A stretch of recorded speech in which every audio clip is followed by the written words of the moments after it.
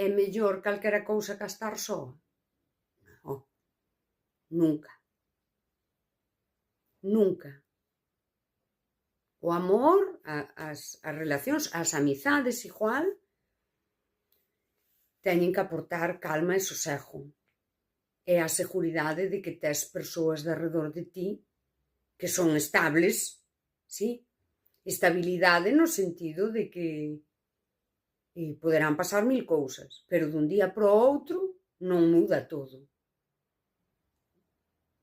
Se dun día para o outro, dun mes para o outro, muda todo, isto que era? Pois é unha persoa que non ten unha estabilidade emocional, logo non xa pode proporcionar. As persoas temos necesidades afectivas, por iso nos vinculamos. Nos vinculamos de diferentes maneiras, non? E as persoas cas que nos vinculamos teñen que cubrir esas necesidades afectivas. Se eu necesito, pois, persoas que me escoiten, que me apoien, que me frenen a veces, non?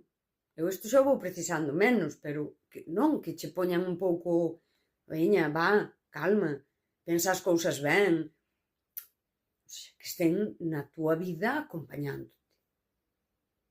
E se as persoas, quero dicir, non ten ningún sentido vincularte con alguén que non cubre as túas necesidades afectivas. Para nada. Esta é a cousa de estar soa ou sentir soidade. Outra cousa que me parece terrible nos vínculos e que é moi traumático e que alimenta, que toca as feridas esas de infancia, que se fala tanto agora delas, é a xente impredecible. Non, isto digo ademais a psicoloxía, a neurociencia, o noso cerebro leva moi mal a incerteza. E a vida é case todo incerteza. O noso cerebro, di a neurociencia, está fabricado así, fabricado, por decirlo de alguma maneira, para sobrevivir.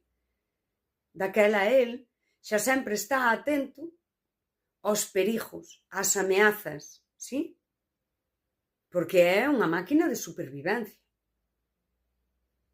Daquela, se xa toda na vida é incerteza, se o meu cerebro xa por sí está traballando sempre na busca de perigos e ameazas,